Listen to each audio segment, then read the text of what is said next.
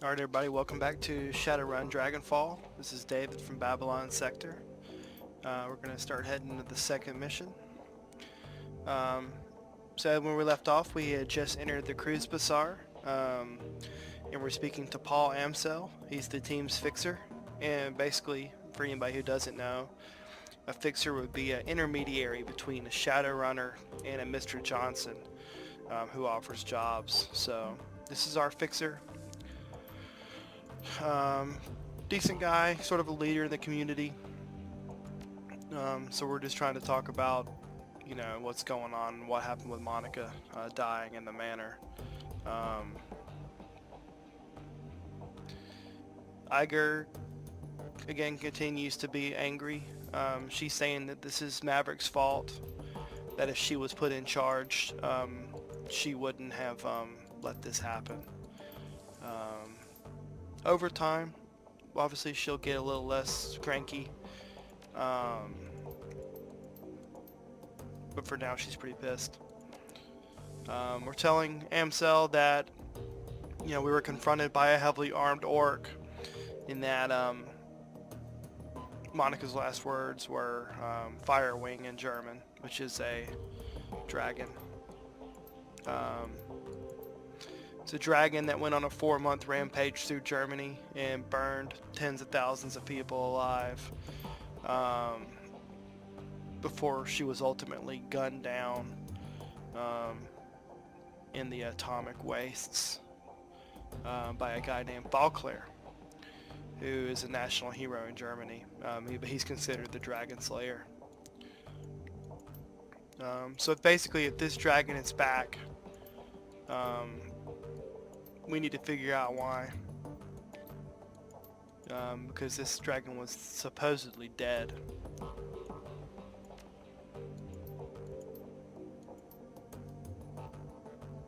So we find out that this run was, the Mr. Johnson in this run's name was Green Winters. So that's kind of the next step, is we're going to start to track down Green Winters. And see what's up. So got a little karma, 5. So we have 6 from the one that we didn't spend earlier. So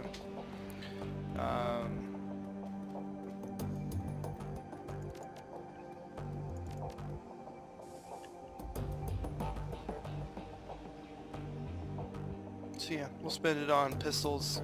Another round of so we get more critical damage percent visible. And kind of as you go to these different layers, you kind of see what your bonus skills are, and sometimes you get no bonuses, other times you get something, but this is mainly to help us increase our chance to hit, so we still have 2.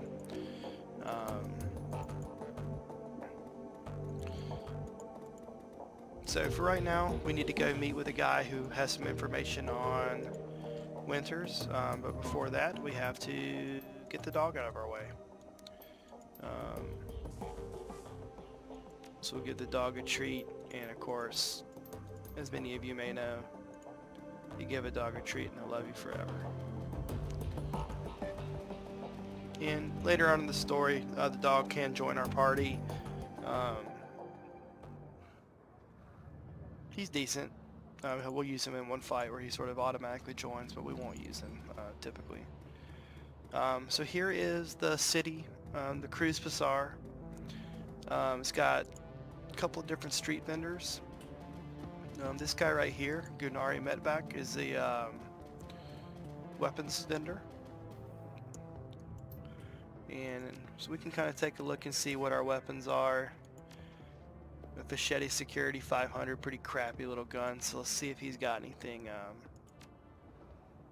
that we can use.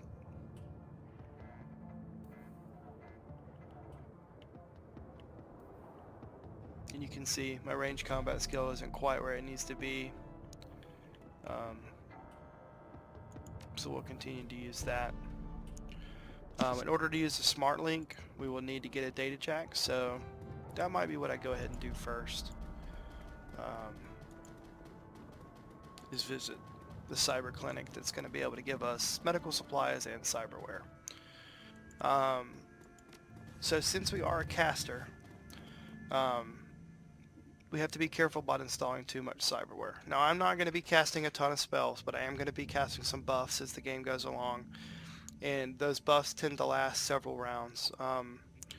The more cyberware you install into your body, the less essence you have, and essence is basically a measure of your humanity.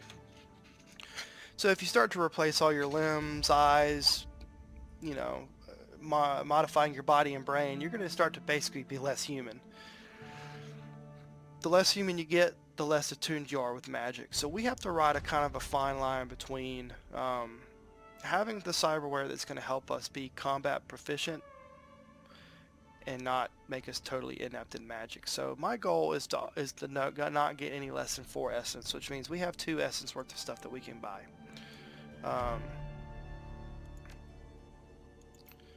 So the other thing is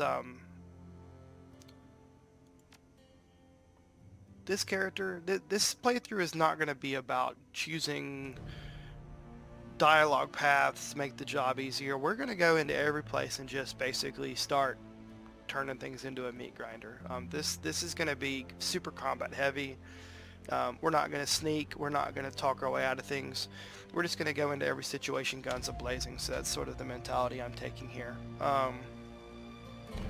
So we don't have a smart link yet, but we will need a data jack. So you can get one in your eyes, or you can get one in your hand or your arm. I'm actually going to do the arm data jack because it'll open up the eyes for other stuff we can use. So there we go. It cost 1,000 new yen, but we got our first piece of cyberware. It's just a data jack.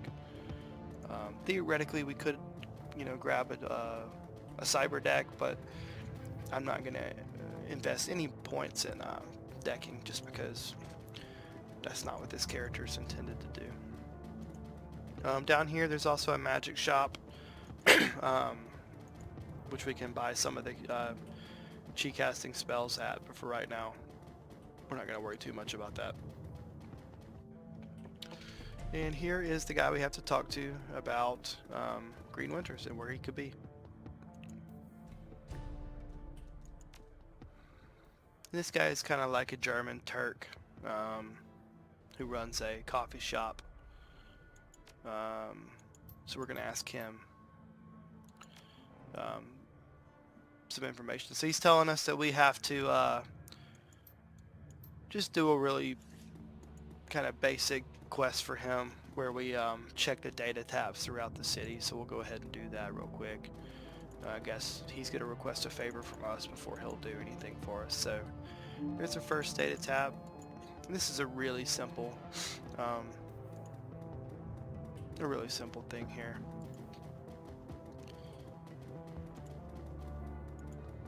The second one's going to be over by the cyber clinic. And it's good to go. And then the third one's going to be up in this north corner. And we're actually going to get... You'll see some other things happen. You'll see this phone booth, oddly enough, that's still there, and the phone's ringing. We'll go ahead, we'll hit the third data tap. And it says, as you're resetting the data tap, you notice that someone has duct taped a small homemade receiver to the system. An earplug dangles from the receiver. So we put the earplug in and we start to hear a conversation, sort of a garbled conversation that we can only hear a few words from. But it's something that sounds vaguely conspiratorial.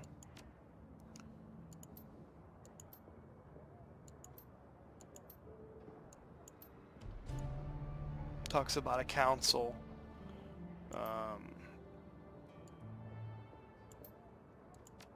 But again, something sketchy's going on. So we'll go ahead and answer the phone.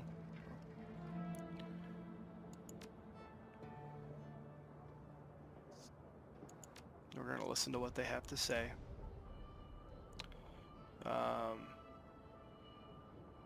So if we have requested, they might request information which we can submit through the port in the receiver.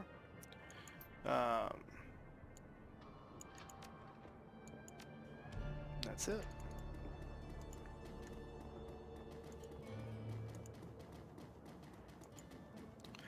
So we've reset all the data taps, so we're going to head back to the cafe and see what information this guy has on Green Winters.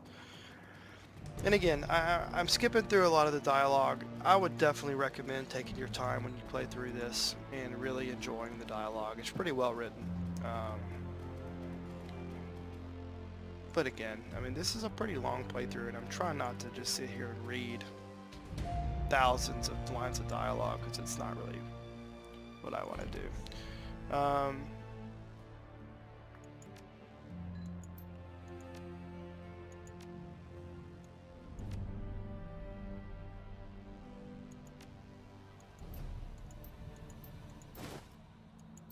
Alright, so he gave us a memory stick that we're going to take back to our fixer, Paul himself, and see if he can figure out sort of what this information on Green Winters can lead to.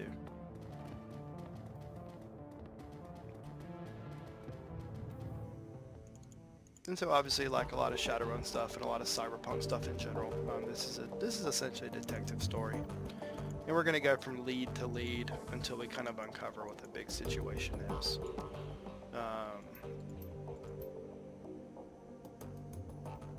So we found that Winter is holed up in a hotel called Das Kesselhaus.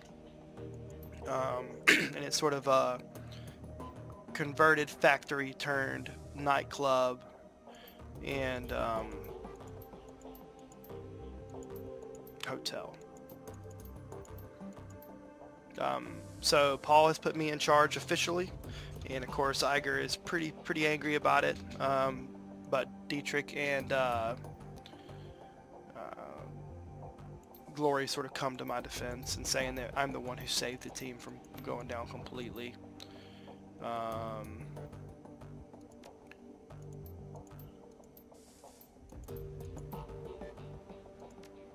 And I'm saying that basically we're going to get vengeance for Monica's death. So we have a new objective, and that's to look at the mission computer. So we'll go over here and take a look at the mission computer. This is going to give us kind of a general bio of our Shadowrunners. But we do have, if we have new messages, we can check our messages. We can check and see if there's any jobs available. We can access the Shadowland bulletin board, which has some really cool flavor stuff. I mean, we're not going to go through it because, again, I'm not getting into too much of that. But we can post the pay data from the run we just did, because we can go back and show our mission items. We have this pay data for an antiques delivery schedule. So basically we can post this on the internet that it's for sale, and basically after our next run we'll be able to collect the money for it. And we can see these entries on each of the members of the team. Monica sort of made a video log, but she talks about Amsel being the fixer. Dietrich, she talks about being a shaman and how she is honored to fight by him, but that he's getting old and she doesn't know how long he's going to be able to do it. Glory's is basically that she's an enigma, in that she suspects something happened in her past, but she can't really put her finger on it. Iger, again, just how much of a strong military tactician she is, but that sort of rigidity wouldn't really work as a Shadowrun leader. And then for me, that I'm her like wild card. There's sort of an innuendo that there was a relationship between Maverick and Monica, but it doesn't really specify. So now that we're done with that, we can check in with the team if we want.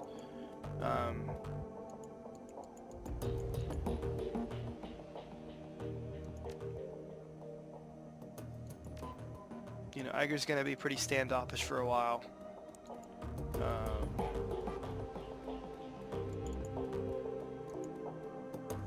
I do want to try to get on Glory's good side because she has a really awesome main quest for her, like her own personal quest, which is really cool.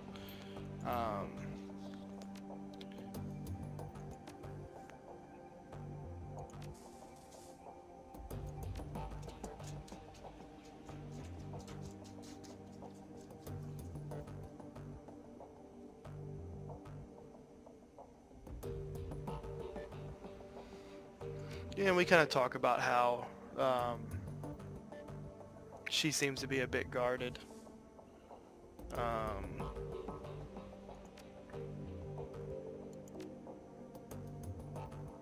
she really doesn't want to talk to me yet, so...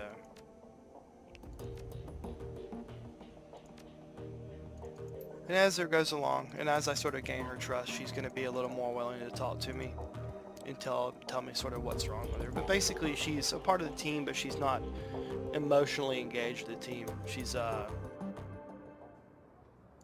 just distant when drawn, and something's clearly bugging her. So again, like we talked about earlier, the little yellow exit square is going to let us go to the next spot.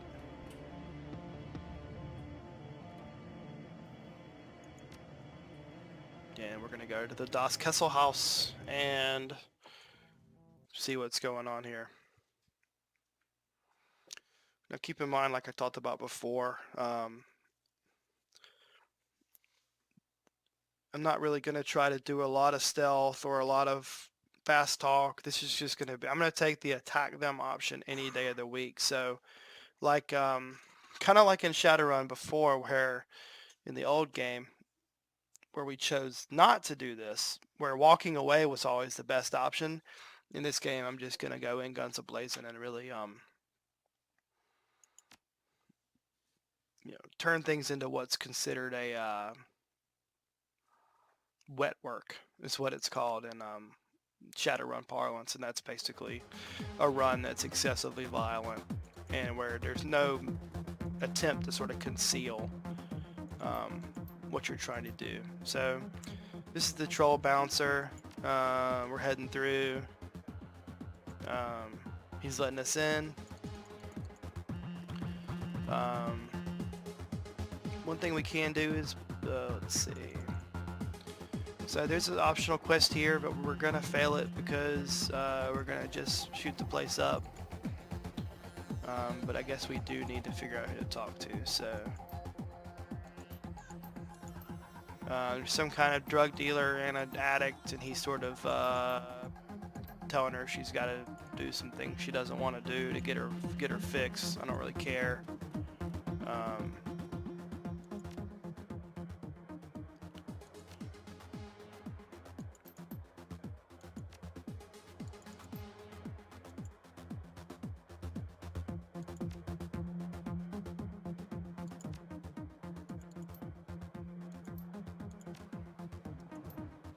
So obviously I don't have any of the qualifications to deal with him.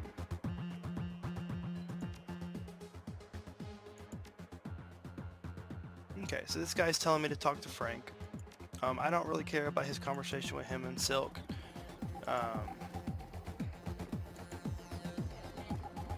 So it's not a huge deal, but we'll go talk to Frank.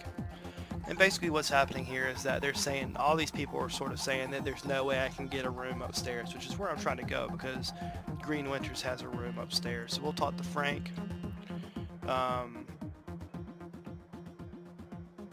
Part of the things that we found out is that there's a very violent gang that's taking control of this hotel.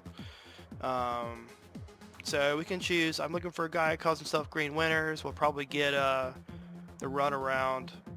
We can tell them we need to get into the hotel, which they've clearly kind of demonstrated through the other dialogue options that is not an option. Or we're going to choose attack him. Your elevator key, I'll take it from your corpse. And we're going to go into combat immediately. So we're just going to go in here and basically shoot this place up. There goes Frank. Obviously not a very combat savvy character.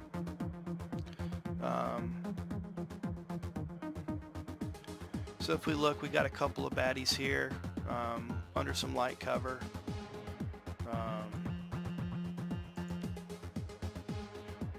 The one cool thing about Iger is she can attack from a really long way. So she has a long sniper rifle and a shotgun. So depending on your distance.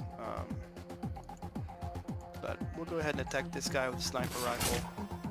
As you can see, it's a pretty solid attack. I'll tell you what, I'm going to haste her, give her another action point, and see if she can't finish off this dude over here, which she does.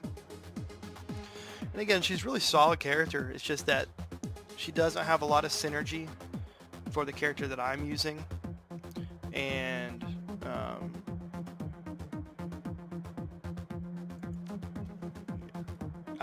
my character's already going to be a weapon specialist, and as you can see, there's a grenade being thrown. Ooh. Really messed him up. So Maverick's pretty bad, so we'll heal, and healing only heals your last damage, so luckily the bigger attack was actually the last one, because it healed me for 23, but we'll move up and start to engage some of these guys.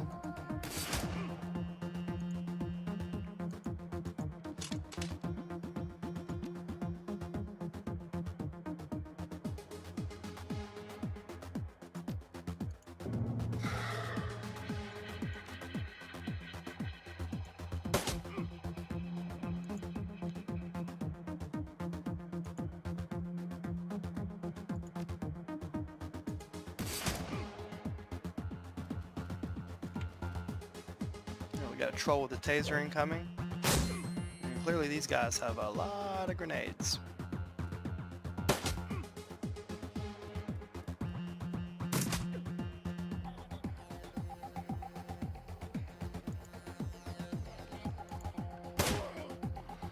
Alright, so he's down.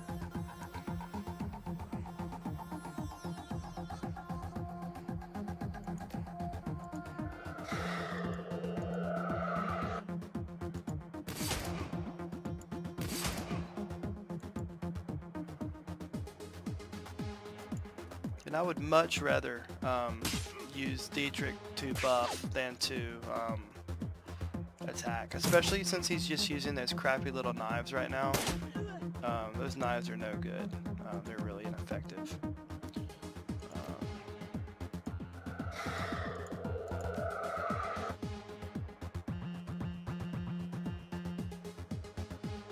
So Maverick's out in the open a little bit. We need to go ahead and start taking care of these guys over here.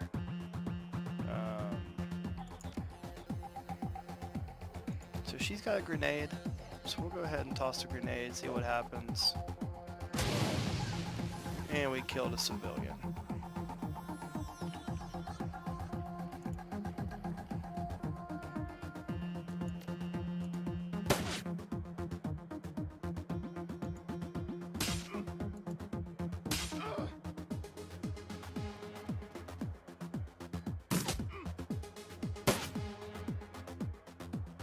So Maverick's in desperate need of a heal, so we'll go ahead and hit him with another heal.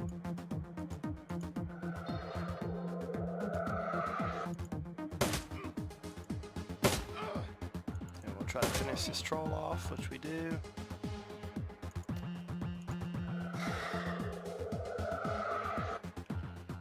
And for her, we'll switch to the shotgun, which is about the same amount of AO success, but you can actually get a couple of guys at the same time with it that are grouped together. So that's the kind of nice part about that.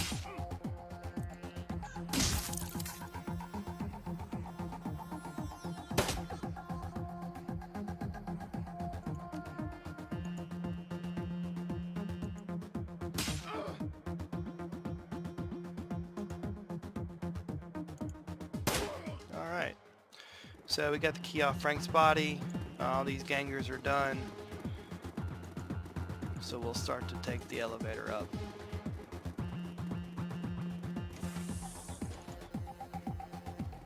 And again, there's a couple of ways obviously to get past him. You can actually pay him money to get his key.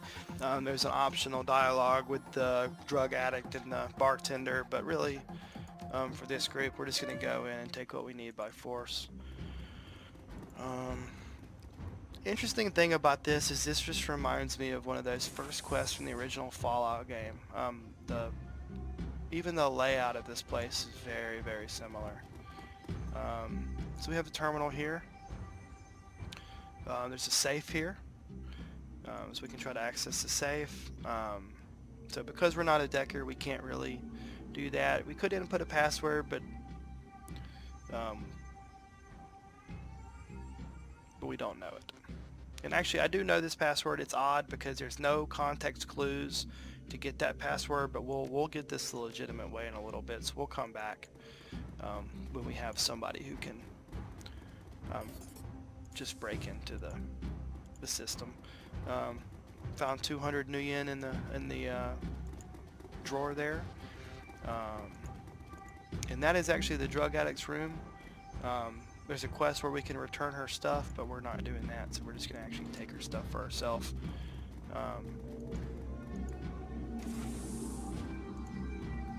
Here's the bathroom. Nothing going on.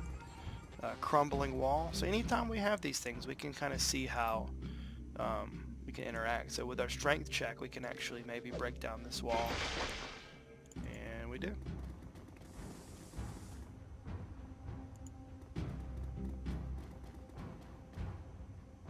So we found a journal.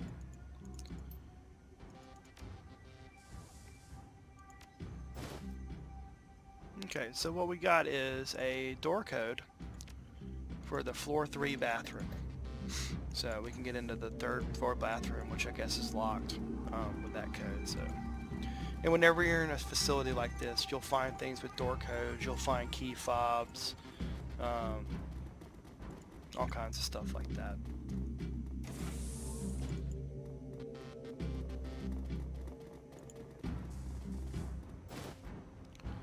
We found a trauma kit, which is really nice. What trauma kits do is if one of your characters dies, another character can use the trauma kit to revive them with a certain percentage of their health back. The basic trauma kit revives you with 25% of your health, and then there's a silver and a gold that go from 50 to 100%. So you can actually die, but not completely wipe. Alright, so you can see there's some gangers here, so we're going to probably jump right into some combat, but shouldn't be too much of an issue. Anytime you see a barrel, that's going to be something that can explode and possibly affect the environment. So you can see she took 8 damage from that barrel, which is pretty cool.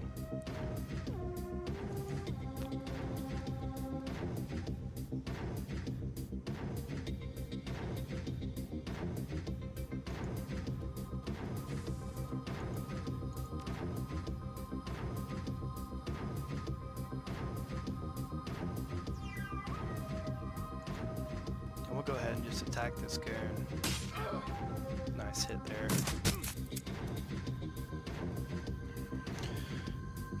So Maverick really needs a heal at this point, but the heal spell isn't really going to do a whole lot, so I'm just going to go ahead and use a med kit.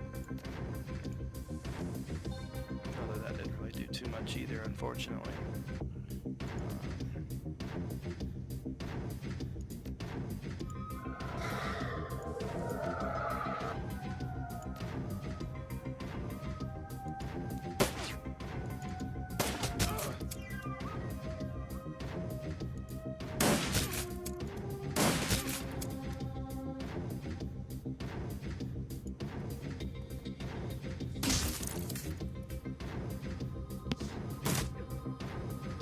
That guy and that chick bled out.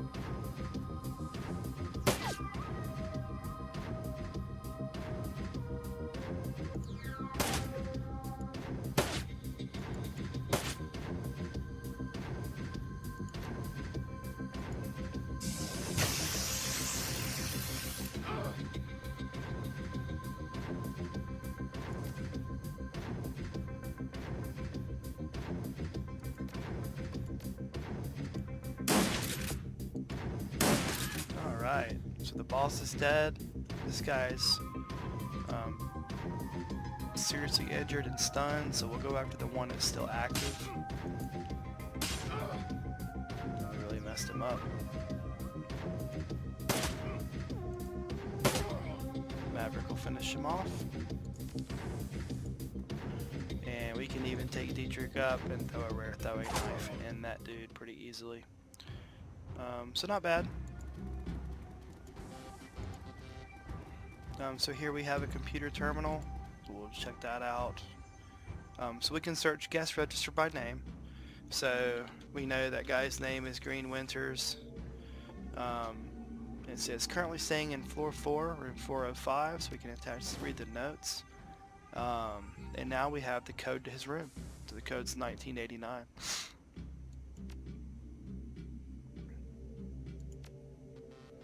Admin services will need a password, which we don't currently have. So now we know what room he's staying in, and we can go see what's going on.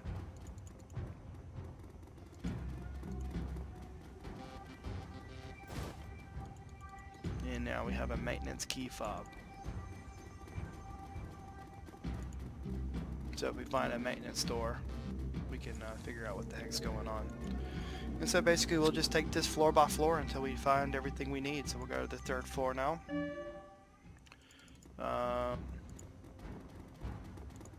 So we can inspect this door, and it says do not open. Of course I'm going to open it because I want to. And scorpions inside. So I just took 23 damage from a friggin' scorpion.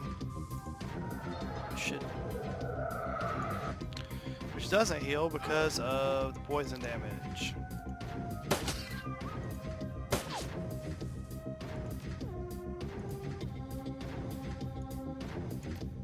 So we'll try to make quick work of this scorpion.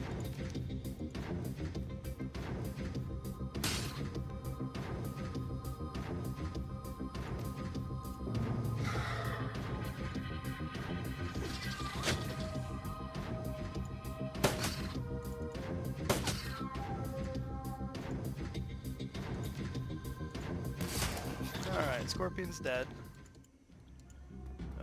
But I really need a good heal from Maverick just to get back on the right side of things. So we can kind of go through the other people's inventories.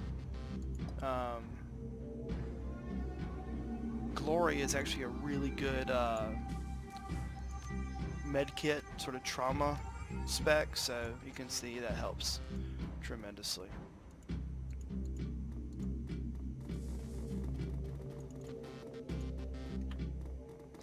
So I don't know if that was worth the medkit, but at least you know next time that there's some danger in opening that door.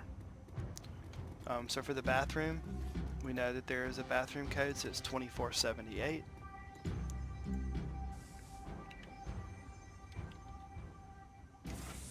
And some sort of drug lab inside the bathroom, which would be why a bathroom would need a key code.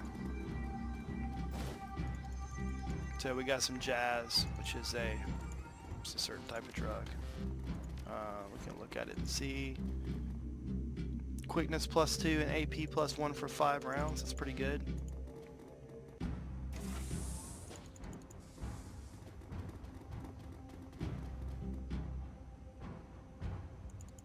Nothing going on in this room.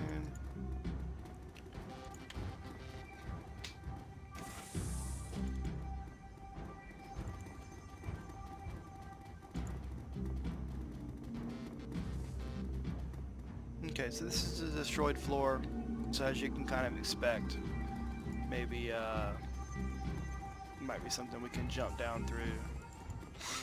So we'll go ahead and do that.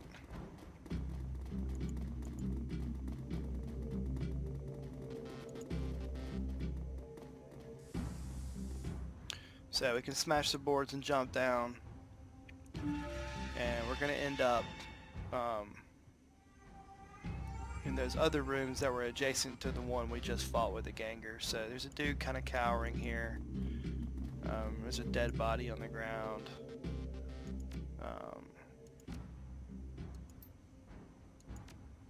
So if we had intelligence 3, we could actually get a karma by telling him to put it in the fridge.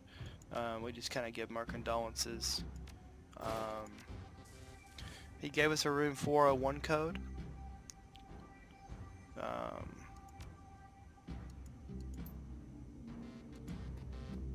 So we'll get the heck out of here. We can tell him the coast is clear and he can go if we want to, which is fine. So he's going to make a run for it. And this is where that maintenance card comes in handy.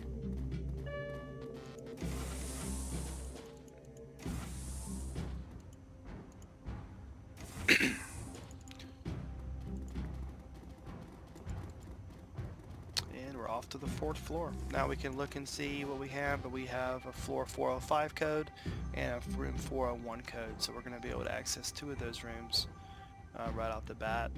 So we'll go to the 4th floor. As you can see, this is significantly nicer. So we'll check 401 first since we have the code, which is 5870.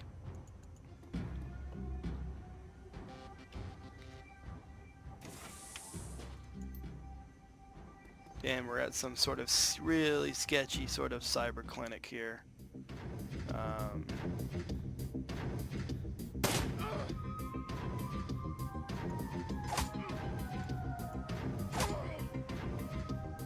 Dietrich getting a rare kill.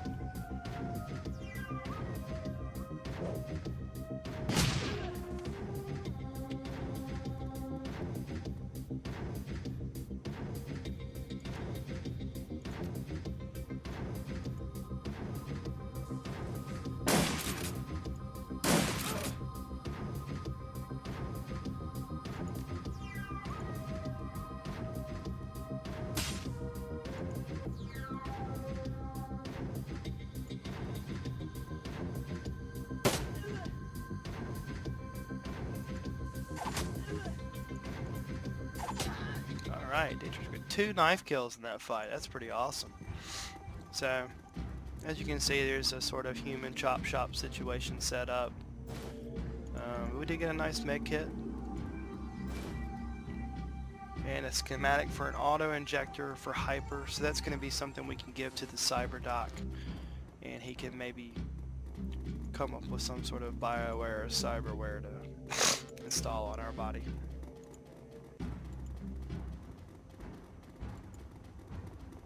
So our other room that we know of is 405, which is where Green Winters is staying.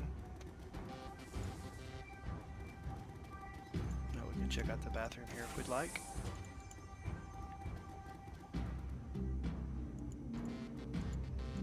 And nothing really going on in there.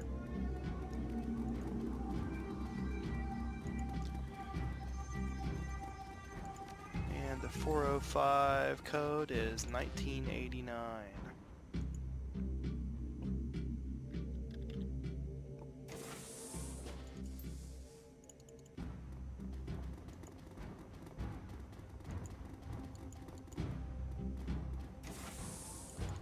And we see Winter's body in front of that terminal.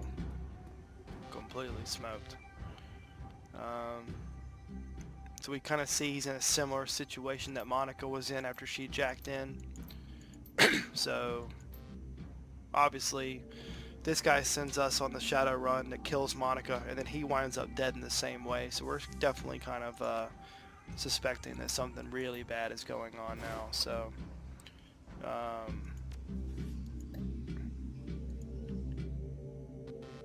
mysterious numbers 91612. Could be possibly some kind of code, so we'll check out this painting. Nothing behind the painting, but there's this painting here too. And a key code, so 91612. And a bundle of old discs. Okay, cool. So we got what we needed from him, and now this vid phone in the corner of the room is ringing. Alright, so this guy's contacting us. Says, hey there, Chief, don't hang up. I got a proposition for you.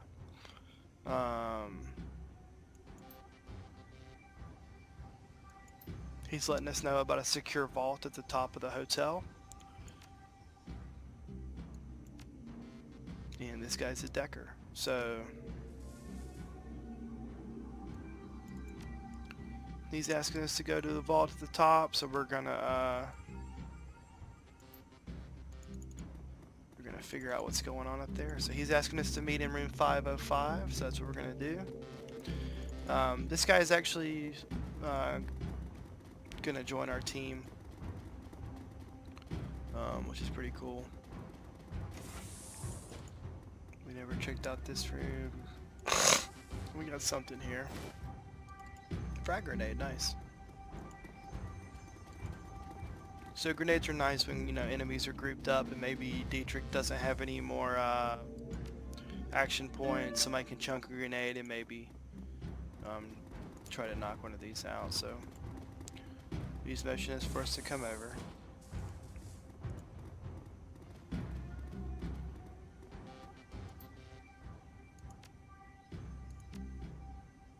And people tend to hate Blitz. He's a little kind of annoying, but he's really fairly capable as a fighter. However, before we do any of this, I do want to go down and hack that safe on the second floor now that we have a Decker in our group. So I guess it's the first floor. But we will hack this terminal. So now that we have somebody with decking 2, we can get into the safe. And an Ares Predator Smart Link. Awesome. So when we get to range combat 4, we're going to have a nice Smart Link gun. We already have a data jack, so we're going to be able to really have a nice step up as far as damage and accuracy and all those things go.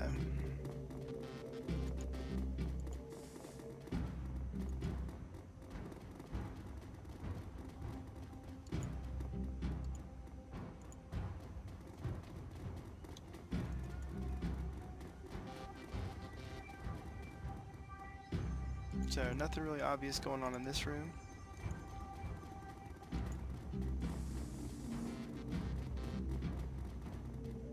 Alright, here we go, a little combat. So we've got a long corridor, so we want to take cover, you know, because these guys are going to be able to really hurt us if we don't.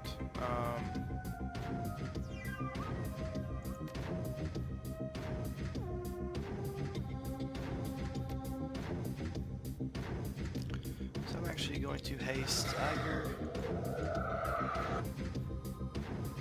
and get her into a position to start sniping some of these people down the hall. And of course, I really screwed the pooch on that one. That's okay. Blitz is a submachine gun guy, so he does more of that kind of attack. But we've got some good cover, and this guy's totally exposed himself, so no harm, no foul. Okay, so just like a stun grenade, not a huge deal.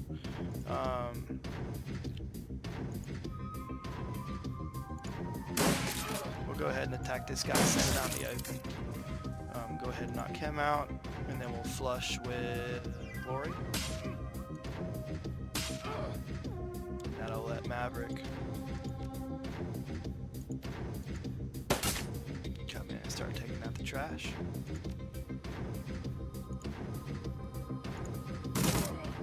Alright.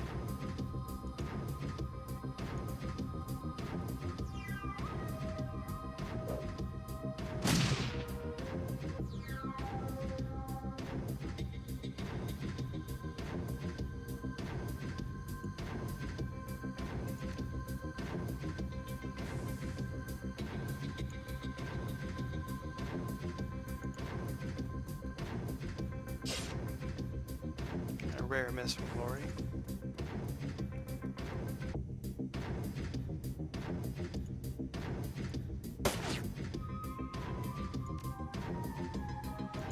And we can switch over to the sniper rifle, and you can see the sort of longer the distance is, the more effective that weapon is. And she's done. Alright, so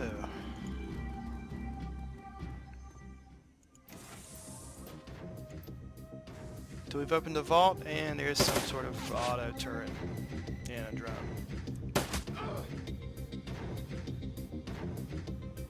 Maverick just got lit up.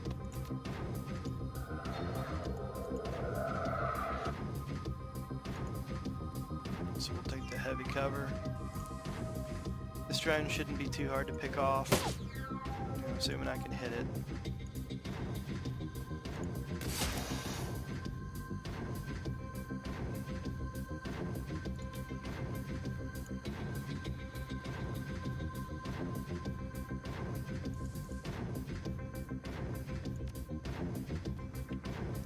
Alright, and then some cybered out looking trolls here, which is nice.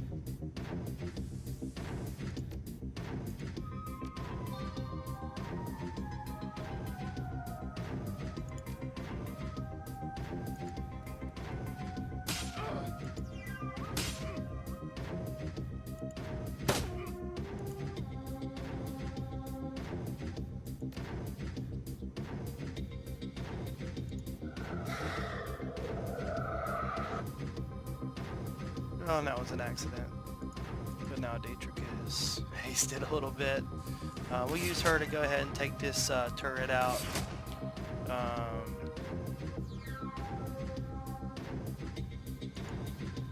We really need to get this troll down.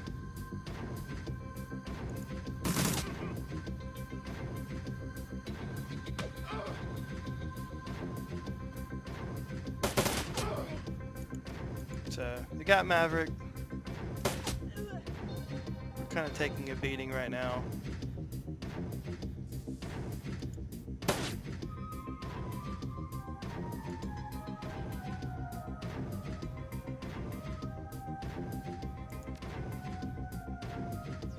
Switch over to the shotgun.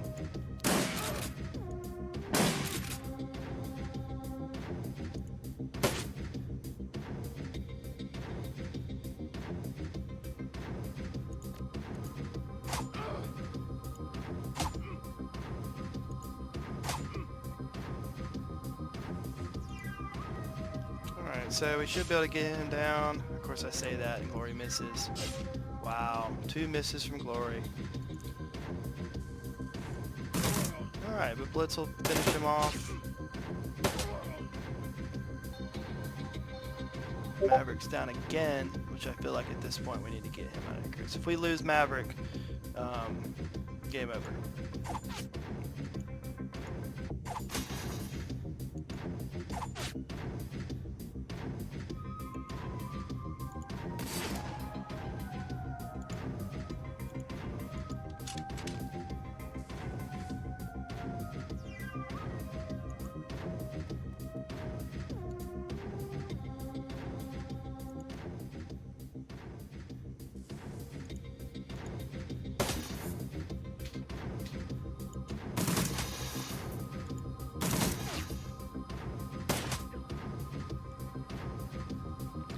So not exactly the best showing here, but we are getting it done.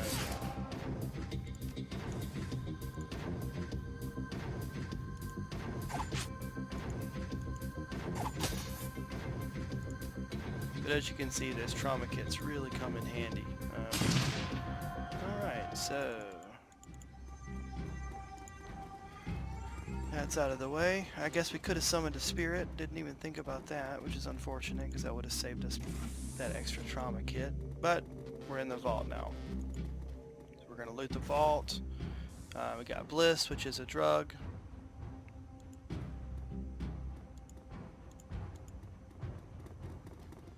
Let's see what's in the safe.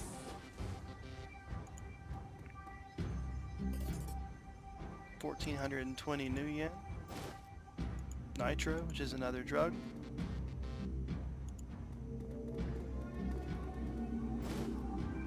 A drug formula for Jazz. So we're getting some cool stuff here.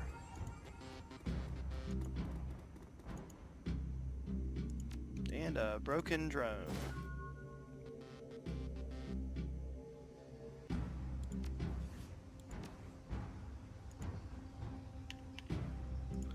So we can kind of go over all of our objectives. I mean, the only one we didn't do was talk to Frank because we shot him in the face instead.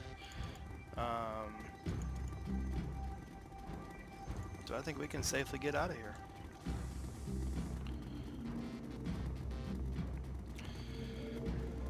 So you kind of get a good grasp of the combat until, like I said before, this character is going to be pretty weak until I get some of the cheat casting stuff in place and some just better weapons. I mean, I got the worst weapon in the game right now.